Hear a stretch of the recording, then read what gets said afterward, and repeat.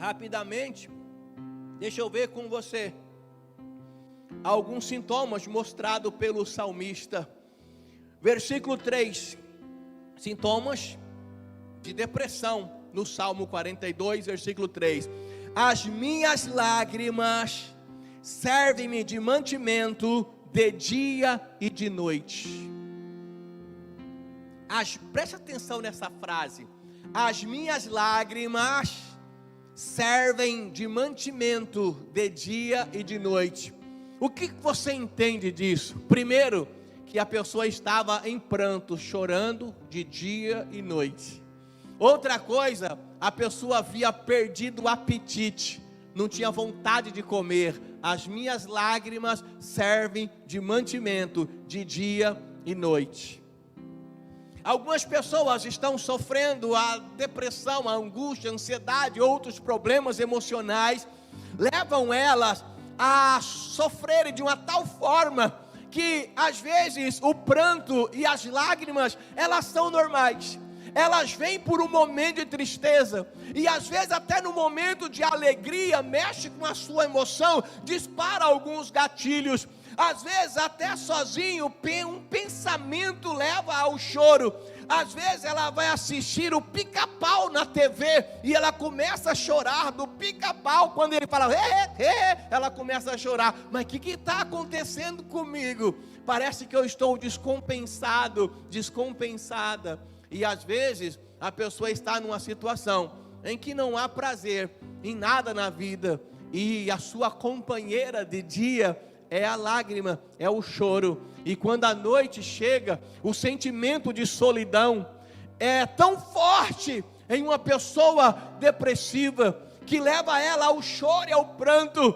Pastor, pelo menos solidão eu não tenho, porque lá em casa mora 8. Solidão não é ausência de pessoas, porque tem gente que consegue viver muito bem sem solidão, estando só. Tem gente que ama a sua própria companhia, tem prazer de ter tempo sozinho consigo mesmo.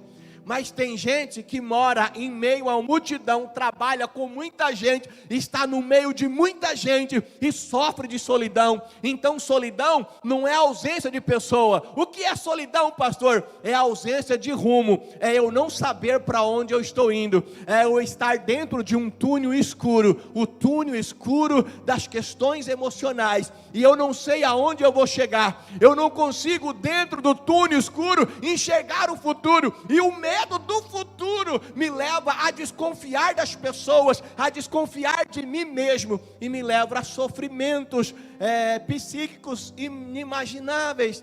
Então é importante que eu entenda que eu, mesmo sendo cristão, eu não estou isento destas questões. É claro que o pecado traz peso de culpa, e muitas vezes para uma pessoa séria, não conseguindo vencer aquele momento de pecado, porque pecado, infelizmente, é algo comum na nossa vida. Eu peco, você peca, até o Gonçalo peca, é comum na nossa vida, nós pecamos. O que não podemos é viver no pecado, mas tem gente que peca sendo conhecedor da palavra, e quem é servo de Deus sabe, quando a gente peca, o peso na nossa mente, ele é tão grande, parece que joga a gente para baixo. A gente tem que correr, se arrepender, pedir perdão, para ter aquele alívio. Mas e quando a pessoa não consegue sair do pecado? É como se vivesse naquele peso. É claro que o pecado vai trazer um peso de culpa no coração daquele que sabe que está entristecendo o Espírito Santo, no qual ele foi selado para o dia da redenção. É claro que o pecado, que literalmente significa desviar do alvo, ou seja, deixar o caminho que foi proposto, ou fazer algo que o tire do caminho, pode trazer questões emocionais difíceis na sua vida. Mas lembrando que mesmo aqueles que confessam os seus pecados, que buscam a vida na presença de Deus, não estão isentos do sofrimento, porque problemas fora da gente pode trazer questões emocionais. Nós tivemos aí basicamente 2 anos pandêmicos, onde muitas pessoas perderam o emprego, perderam um salário, perderam parentes, E isso tudo tirou algumas pessoas do chão, tirou algumas pessoas do eixo. Às vezes nós estamos vivendo sintomas emocionais de uma época tão difícil e que ainda não passou, mas eu falo da questão mais crítica da situação. A mais crítica foi um momento de bastante morte e de medo das pessoas, sem saber o que estava acontecendo.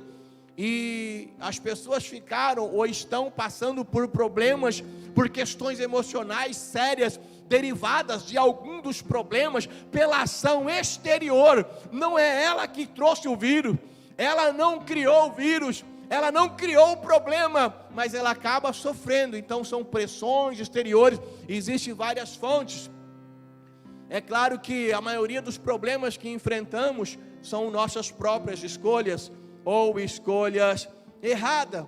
Agora, o salmista está dizendo que o choro dele era contínuo, dia e noite.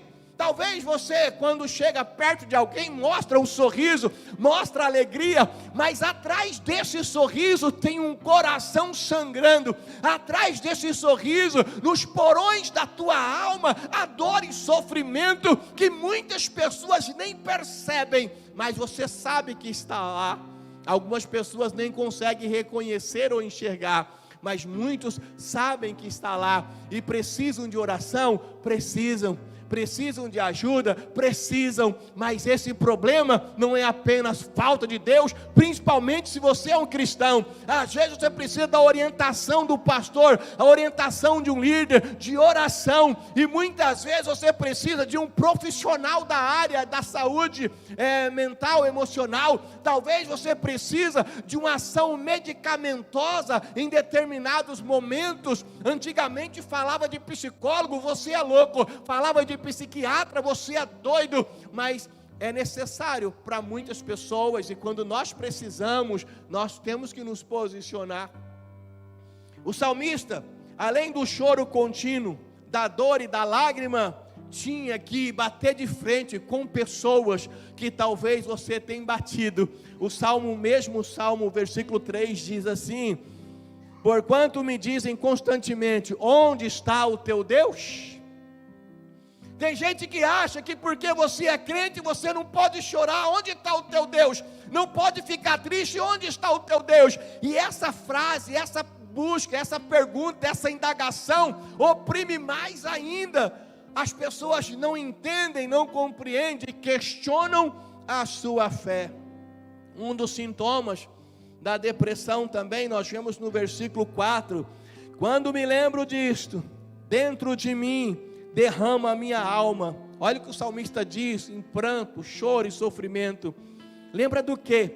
Pois eu havia ido com a multidão, eu fui com eles na casa de Deus, com voz de alegria e louvor, com a multidão que festejava.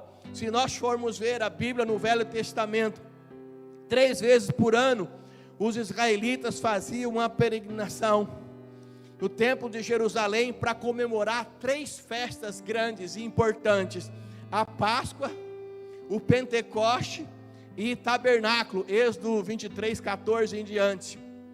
Para os levitas, os cantores, os músicos da igreja, essas peregrinações eram de louvor e de alegria, e a multidão festejava esses 3 eventos, e o salmista lembra dos 3 eventos, e ele olha para os eventos como coisa do passado. Ele diz assim, eu havia ido com a multidão, mas agora eu não vou mais.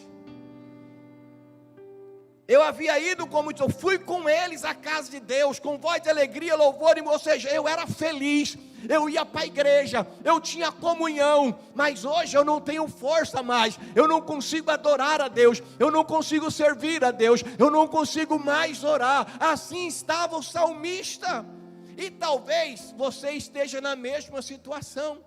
Tem gente que não tem mais força para orar, não tem força para buscar, não tem força para ir à casa de Deus, não tem força, não consegue mais se alegrar.